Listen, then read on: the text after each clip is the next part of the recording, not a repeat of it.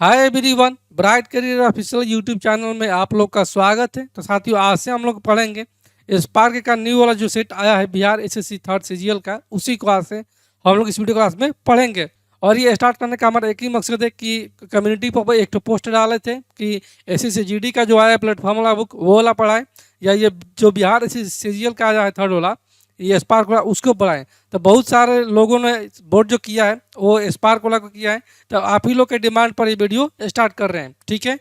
आप लोग सपोर्ट कीजिएगा और चैनल को सब्सक्राइब कीजिएगा। तो चलिए आज से हम लोग इस वीडियो क्लास को शुरू करते हैं। तो आज का हमारा पहला प्रश्न है, मनु तथा भरत की आयु का अनुपात 6:5 है तथा उन दोनों के आयु का योग 44 वर्ष है। तो 8 वर्षों के पश्चात उनकी आयु का अनुपात क्या होगा, ठीक है।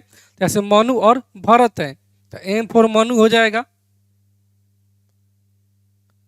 और बी फॉर भरत हो जाएगा। तो इनके आयु का अनुपात यहाँ से देखिए 6:5 है, जबकि इनके आयु का जो कितना दिया है ये दिया है 44 वर्ष है, ठीक है। तो ये अनुपात में कितना जो हो जाएगा 6, 5, 11।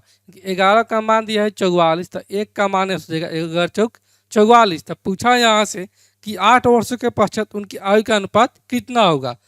तो उनके आयु वर्तमान में कितना हो जाएगा, ये 6 चौके 24, अनुपात का 4 5 20। 8 वर्षों के बाद बोला है, 8 वर्ष दोनों में जोड़ देंगे तो यहाँ से हमारा जाएगा 24 और 8 32, अनुपात का 20 और 8 28 हो जाएगा। तो ये हो जाएगा 8 चौके 32 और ये 7 चौक 28, यानी कि 8:7 जो है वो 8 वर्षों के पश्चात इनके आयु का अनुपात है।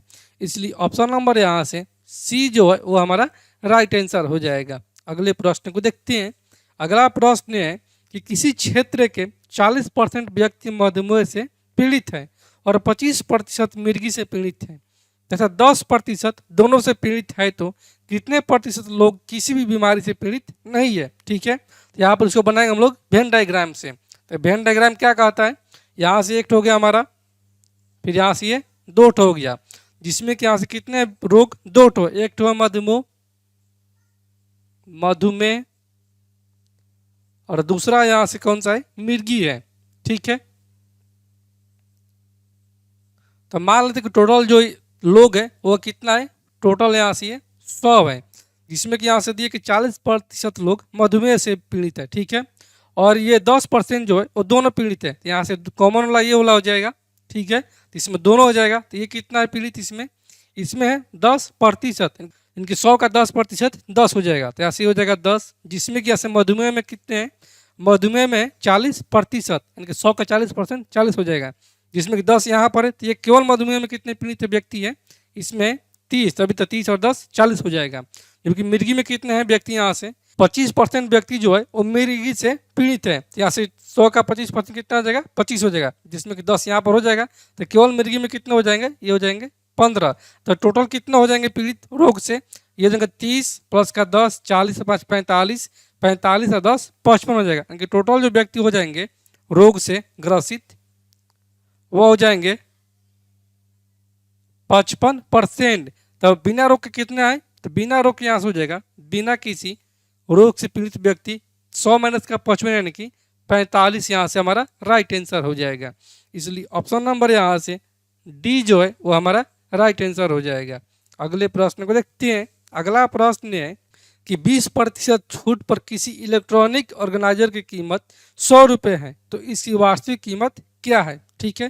तो कितना दिया है 20%।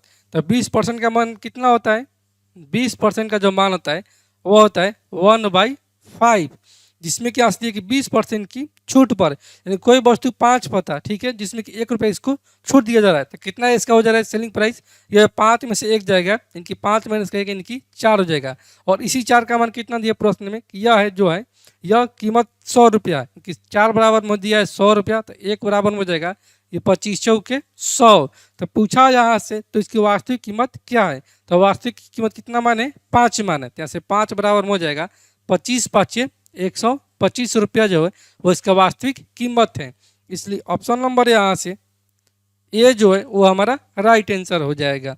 अगले प्रश्न को देखते हैं। अगला प्रश्न है कि 3 मिश्रण है जिनमें कि दूध तथा पानी का अनुपात 5:1, 2:1 तथा 3:1 अनुपात में है। इन्हें 1:2:3 के अनुपात में मिलाया जाता है, तो अंतिम मिश्रण दूध व पानी का अनुपात क्या होगा। ठीक है, तो ऐसा जब भी सवाल दिया रहेगा तो पहले हम जितना मिश्रण दिया रहेगा उस सभी को हम लोग बराबर करेंगे। ठीक है, मात्रा को, तो ऐसे कितना है, 3 ठो यहाँ से मिश्रण है, जिसमें कि पहला मिश्रण में यहाँ से है मिल्क और वाटर का रेशियो, ये यहाँ से दिया कि 5:1, दूसरा में दिया है कि ये 2:1 है, और तीसरा में यहाँ से दिया है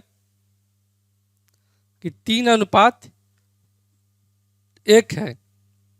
जैसे पहला में कितना मिश्रण हो जाएगा, 5 और 1 6 हो जाएगा, इसमें 2 और 1 3 हो जाएगा, और इसमें 3 और 1 4 हो जाएगा। तो पहले इन सभी मात्रा को हम लोग सेम करेंगे, तो यहाँ से हो जाएगा 6 दूनी 12, ये 3 चौके 12, और ये 4 3 12। तो सभी ये मात्रा सेम हो गया, लेकिन मिलाना किसके अनुपात में, यहाँ से 1:2:3 के अनुपात में मिलाना है। इनके पहला को मिलाना है 1 के अनुपात में, दूसरा को 2 के अनुपात में, और तीसरा को 3 के अनुपात में। तो ये एक्स्ट्रा कितना गुना हो जा रहा है, यहाँ से गुना हो जा रहा है 2 गुने 1 का, इसमें गुना हो जा रहा है 4 गुने 2 का, और इसमें गुना हो जा रहा है 3 गुने 3 का। तो ये जो भी गुना हुआ है ये सभी अनुपात में भी गुना हो जाएगा। तो 2 गुने 1 यानी कि 2, तो ये हो जाएगा 5 दूनी 10, अनुपात का 2 एकम 2, और ये 4 दूनी 8, तो 8 दूनी 16, अनुपात का ये 8 हो जाएगा। और तीसरा में 3 के 9, तो 9 के 27, और ये हो जाएगा अनुपात का ये 9 हो जाएगा। तो अब यहाँ से मिश्रण में आ जाएगा मिल्क और वाटर का रेशियो, यहाँ से मिल्क और वाटर का रेशियो ये आ जाएगा 8 2 10, 10 और 9 19। ठीक है, और यहाँ से हो जाएगा अनुपात में 6 7 13 के 3, हासिल 1 1 और 1 2 3 और 2 5, यानी कि हो जाएगा 53 अनुपात का 19।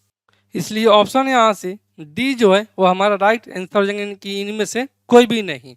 अगले प्रश्न को देखते हैं। अगला प्रश्न ये है कि एक मनुष्य 3 वर्ष की अवधि के लिए समान दर तथा समान ब्याज पर 400 रुपये तथा 600 रुपये उधार देता है, तथा ब्याज के रूप में उसे कुल 90 रुपये मिलते हैं। तो प्रति वर्ष ब्याज दर क्या है, जैसे कितना समान ब्याज पर यानी कि साधारण ब्याज पर। ठीक है, तो यहाँ से कितना कि 3 वर्ष की अवधि के लिए, तो यहाँ से ऐसा ही बराबर में होता है हमारा कितना, ऐसा ही बराबर में होता है ये PRT और बटे में होता है 100। ठीक है, तो यहाँ से मूलधन कितना दे लिया है, ये लिए 1 पर 400 रुपये, कि 400 रुपये आर ज्ञात करना है, टी है कितना 3 वर्ष, और बटे में हो जाएगा 100, और ये हो जाएगा प्लस का कितना दूसरे का 600 रुपये या धन उधार लेता है, कि 600 गुने आर, टी है 3 वर्ष, और बटे में हो जाएगा 100, और टोटल इसको ब्याज प्राप्त होता है कितना का, ये प्राप्त होता है 90 रुपये का। यहाँ से 2 जैसे 2 कैंसिल आउट, यहाँ पर भी कैंसिल आउट, ये चढ़ती हैं 12R प्लस का ये 76 18R बराबर के ये 90 हो जाएगा। तो 18 2 20 और 10 30 हो जाएगा, क्योंकि 30R बराबर में हमारा आ जाएगा 90, तो यहाँ से R बराबर में आ जाएगा 3, यानी कि रेट जो है वो इसका है 3% का। इसलिए ऑप्शन नंबर यहाँ से सी जो है वो हमारा राइट आंसर हो जाएगा। अगले प्रश्न को देखते हैं। अगला प्रश्न है तेल की लागत 100 रुपये प्रति लीटर पड़ती है, इसमें दूसरे तेल की मिलावट करने पर लागत 50 रुपये प्रति लीटर पड़ती है। राम इस मिश्रण को 96 रुपये प्रति लीटर के हिसाब से बेचकर 20% का लाभ कमाता है, तो वह किस अनुपात में दोनों को मिलाता है। कितना में बेचकर 96 रुपये प्रति लीटर के हिसाब से 20% का लाभ कमाता है। तो पहले इसके ज्ञात तेल का मूल्य कितना था इसका लीटर, तो ये हो जाएगा 96 का, यानी कि 96 का 100 बटा में हो जाएगा 120। तो यहाँ से 12 दाम 120 से, और 12 बाटे 96, और 10 दाम का 100, तो ये पड़ जाएगा कितना इसका मूल मात्रक, ये हो जाएगा 80 रुपये प्रति लीटर इसका मिश्रण हो जाएगा। यहाँ से पहला पड़ता है 100 रुपये प्रति लीटर, और दूसरा पड़ता है यहाँ से 50 रुपये प्रति लीटर, क्योंकि टोटल मिश्रण कितना पड़ रहा है इसको 80 रुपये प्रति लीटर पड़ता है। तो यहाँ से बनेगा एलिगेशन मेथड से, तो ये हो जाएगा 100 माइनस का 80 यानी कि हो जाएगा 20, और 80 माइनस का 50 यानी कि हो जाएगा 30। यहाँ से अनुपात हो जाएगा हमारा एक दूसरे की कैंसिल, 3:2 में ये मिश्रित करता है।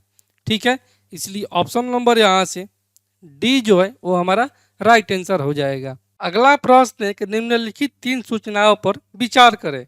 पहला कि गीता तथा सीता की आयु बराबर है।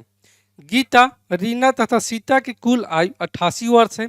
रीना की आयु जो है वह गीता तथा सीता की आयु के योग के बराबर है, तो रीना की आयु क्या है। ठीक है, जबकि ऐसे पहले ही दे दिया है गीता तथा सीता की आयु बराबर है, क्योंकि जो गीता की आयु है वो बराबर में है सीता की आयु के। और यहाँ से देखिए कि तीनों का आयु का कुल योग जो है वो 88 वर्ष है, यानी कि गीता प्लस का रीना और प्लस का कौन सा है, यह है सीता। इन तीनों का आयु का जो कितना दिया है 88 वर्ष है। और आगे प्रश्न में कि रीना की आयु जो है, रीना की आयु वह है गीता तथा सीता की आयु के योग के बराबर है, यानी कि गीता तथा सीता के आयु के योग के बराबर है। जैसे गीता और सीता के कितना आयु है, ये दोनों आपस में बराबर है। तो मान कि इन दोनों का आयु जो है वह है कितना, ए है। जैसे रीना की आयु कितना हो जाएगा, ये हो जाएगा ए प्लस का ए, यानी कि ये हो जाएगा 2a हो जाएगा, ठीक है। और जैसे गीता की आयु हो जाएगा ए, रीना की आयु हो जाएगा 2a और सीता की आयु हो जाएगा ए। तो 2 और 2 दूनी 4a, यानी कि 4a बराबर में ये हो जाएगा 88 वर्ष। तो यहाँ से एक का मान हो जाएगा हमारा ये 22 चौक 88। तो पूछा यहाँ से कि रीना की आयु क्या है, तो रीना की आयु कितना है, 2a है। तो ये हो जाएगा 22 दूनी 44 वर्ष जो है वो रीना की आयु है। इसलिए ऑप्शन नंबर यहाँ से डी जो है वो हमारा राइट आंसर हो जाएगा। अगले प्रश्न को देखते हैं। अगला प्रश्न है कि एक बैग में 25 पैसे, 10 पैसे तथा 5 पैसे के सिक्के 1:2:3 के अनुपात में है। यदि इसमें कुल 30 रुपये है तो 5 पैसे के सिक्कों की संख्या कितनी है। ठीक है, यहाँ से 3 ठो पैसा है जिसमें कि पहला है 25 पैसा, दूसरा है यहाँ से 10 पैसा और तीसरा यहाँ से 5 पैसा है। इनका अनुपात कितना दिया है, ये दिया 1:2:3 दिया है। तो ये राशि में कितना हो जाएगा, 25 पैसा वाला एक ठो है, इनकी हो जाएगा 25 पैसा और ये हो जाएगा 10 पैसा वाला कितना है, 2 ठो है, तो 10 दूनी 20 पैसा हो जाएगा। और यहाँ से हो जाएगा 5 पैसा वाला 3 ठो है तो 5 आई 15 पैसा हो जाएगा। तो टोटल पैसा कितना हो जाएगा, ये हो जाएगा 25 5 30, 30 10 40 20 60 पैसा हो जाएगा। ठीक है, ये 60 पैसा, जबकि टोटल राशि कितना दिया प्रश्न में, यहाँ से प्रश्न में दिया कि ये है 30 रुपया है, तो पैसा में कितना हो जाएगा, ये हो जाएगा 100 से और गुना, यानी कि ये हो जाएगा 3000 पैसा हो जाएगा। तो यहाँ से एक पैसा का मान हो जाएगा ये 60 5 300, ठीक है कि 50 हो जाएगा। तो यहाँ से एक का मान जब आ गया 50, तब पूछा यहाँ से कि 5 पैसे के सिक्कों की संख्या कितनी है, तो अनुपात में कितना है, 3 है। तो यहाँ से 3 बराबर में हो जाएगा 50 आई 150, यानी कि 150 जो है वो 5 पैसे के सिक्कों की संख्या है। इसलिए ऑप्शन नंबर यहाँ से सी जो है वो हमारा राइट आंसर हो जाएगा। अगले प्रश्न को देखते हैं। अगला प्रश्न है, यदि दो संख्याओं का गुणोत्तर माध्य 8 है तथा हरात्मक माध्य 6.4 है तो संख्याएं क्या है। तो मान लीजिए कि दोनों संख्याएं जो हैं वो ए और बी हैं।